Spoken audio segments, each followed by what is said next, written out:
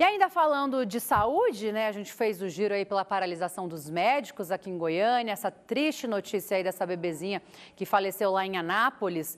Mas vamos falar agora de saúde particular. Além da reclamação de atendimentos em UPAs aí, em CAIS, tem muita reclamação também de hospitais particulares e principalmente de planos de saúde. Antes de contratar um plano de assistência médica, é preciso ficar atento aí a algumas regras existentes para não ter nenhuma dor de cabeça, né? Entre os problemas relacionados aí estão suspensão de tratamentos, cancelamentos de consulta, procedimentos cirúrgicos.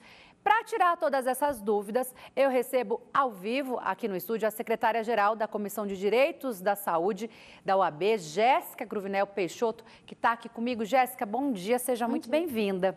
Obrigada, tudo bem? A gente está noticiando aqui todos os dias muitas reclamações de atendimento médico, da falta dele, em CAIS, em UBS, enfim, saúde pública. Mas a saúde particular, ela também tem sido alvo de reclamação, principalmente de pessoas que contratam planos de saúde, mas não têm um retorno quando precisa. Qual a principal orientação hoje para esses usuários de diversos planos na hora de contratar? O que a pessoa tem que ver que de fato realmente atende ela ali para não se sentir lesada depois? Então, Danusa, o mais importante é verificar se aquele plano de saúde realmente atende o usuário. E como que eu faço isso? Verificar se as coberturas que existem, pode ser ambulatorial, hospitalar, com obstetrícia, sem obstetrícia, plano odontológico. Então, é muito importante que o usuário, considerando a sua realidade, o que ele pretende com aquele plano de saúde, ele contrate essa segmentação. E outra questão importante é ver a regularidade daquele plano de saúde, daquela operadora, perante a ANS. E como fazer isso? Primeiro, entrar no site da ANS, lá tem uma parte toda dedicada ao consumidor, e verificar se aquele plano de saúde está regular junto à Agência Nacional de Saúde, se ele tem um registro. E outra forma é verificar como que aquela operadora está operando, oferecendo serviço. Isso pode ser feito por telefone, junto à ANS, questionando justamente o número de denúncias, como que é o desempenho daquela operadora. A gente vê muitos casos de atendimento de urgência e emergência de hospitais particulares que atendem plano de saúde ou até de pronto-socorros que pertencem aos planos de saúde, em que a demora ali para ser atendido demora 2, 3, 4 horas, até meio-dia as pessoas passam ali sentadas esperando para ser atendidas. Existe uma regra para esse atendimento ser mais rápido ou não? Ou chegou ali, está cheio, a pessoa tem que esperar? Como que ela pode procurar esse direito dela? Ela tem que denunciar? Ela tem que ligar? O que ela pode fazer? Então, nós vamos pensar que existe uma classificação de risco para todo paciente que entra numa emergência ou urgência. Então, um paciente que entra e ganha aquela pulseirinha verde, ele realmente vai ter um atendimento mais demorado. O que nós temos que pensar é se aquela operadora de saúde, se ela tem uma rede credenciada suficiente para o número de vidas que ela dispõe no mercado, que ela contrata, né, a carteira dela. Então, qual que é a forma de me resguardar nesse sentido? É fazer a reclamação junto à ANS, junto ao Gov.br, às ouvidorias dos planos de saúde e também do hospital, para verificar se não está ocorrendo nenhum tipo de problema no atendimento. Quando a gente fala de atendimento de urgência e emergência é uma coisa, e quando a gente fala de exames? Fui lá, passei no médico, o médico passou uma bateria de exames, você vai pedir autorização para o seu plano de saúde, o plano de saúde não cobre aquele exame. O que pode ser feito? Nesse aspecto, nós temos que pensar em duas situações distintas. Primeiro, se aquele procedimento, aquele exame, se ele está no rol mínimo da ANS. Se ele está no rol mínimo da ANS, a cobertura é obrigatória, não tem que questionar, e o usuário pode procurar tanto fazer um registro na ANS, na ouvidoria do plano de saúde, no Gov.br, no PROCON. Então, ele tem todas essas formas administrativas de obter essa assistência. E se de nada funcionar, se ele ainda continuar com essa negativa, é buscar as portas do judiciário. Por outro lado, se aquele procedimento não está no rol da ANS, a questão se complica um pouquinho mais. Porém, é necessário abrir um diálogo, tanto com o plano de saúde, como com o médico assistente, ou mesmo com a junta que vai ser instaurada pelo plano de saúde para verificar a necessidade daquele procedimento. Muitas vezes o usuário ele pode procurar uma segunda opinião médica e ele deve abrir um diálogo com o próprio médico assistente para que veja a possibilidade de substituir por um que é coberto, né? Outro exame. Por outro exame. Mas sempre verificando que aquela é a única alternativa viável, né, o usuário pode também buscar o judiciário, seja pela Defensoria Pública, seja por um advogado privado. Mesma coisa para procedimentos cirúrgicos. Um caso hoje em dia que eu vejo que tem crescido muito, plano de saúde não cobre procedimento estético. Você quer lá pôr uma prótese de silicone, fazer uma lipoaspiração, plano de saúde não cobre esse tipo de procedimento. Entretanto, muitos pacientes estão se submetendo a cirurgias bariátricas e depois querem fazer aquelas cirurgias reparadoras. E muitos planos de saúde acreditam ali que essa cirurgia reparadora é uma cirurgia estética, né?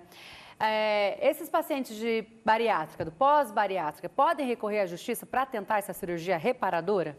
Sim, claro, podem.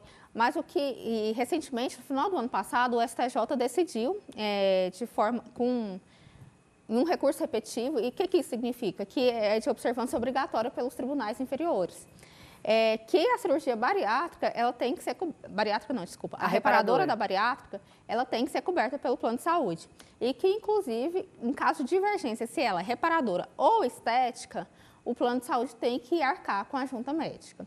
Então, muitas vezes, o que acontece é que são procedimentos que, na verdade, são estéticos, mas que no caso da reparadora da bariátrica é uma reparadora, né? Existe essa divergência em tratamentos, principalmente cirurgia plástica. Tem um dado aqui, o IDETEC, que é o Instituto de Defesa de Consumidores, divulgou, né, nesta quarta-feira, divulgou hoje, o tradicional levantamento de números e queixas aí de reclamações que foram registradas no ano passado. E reclamação contra planos de saúde seguem aí na ponta do ranking do IDETEC e atingem agora o maior índice dos últimos 5 anos. Ou seja, nos últimos 5 anos o pessoal está mais revoltado com o plano de saúde, foi o ano passado. São diversos temas aí, diversos pontos aí de reclamações, mas as queixas que lideram esse ranking, as queixas mais apontadas, envolvem descredenciamento de hospitais, laboratórios, problemas com reembolso, a questão dos reajustes também aí de mensalidades e seguido aí por cobertura, falta de cobertura. Mas vamos levar em consideração o problema de reembolso e de descredenciamento. Você contrata um plano que você sabe que o Hospital X lá atende esse plano, fala, vou contratar esse plano que eu vou ser atendido no Hospital X. Depois de contratado o plano, esse hospital sai do plano de saúde. O usuário ele tem um direito de cobrar a volta daquele hospital específico ou não? Mesma coisa para exame. Eu pago, o plano não está liberando, eu preciso fazer um exame com urgência. A gente sabe que essas tratativas jurídicas, elas demoram. Eu posso pagar do meu bolso e depois pedir um reembolso para o plano? Então, Danusa, quanto ao primeiro questionamento, em relação ao descredenciamento de uma unidade hospitalar, por exemplo. No final do ano passado, houve uma alteração legislativa justamente por causa dessa crescente descredenciamento. O que aconteceu?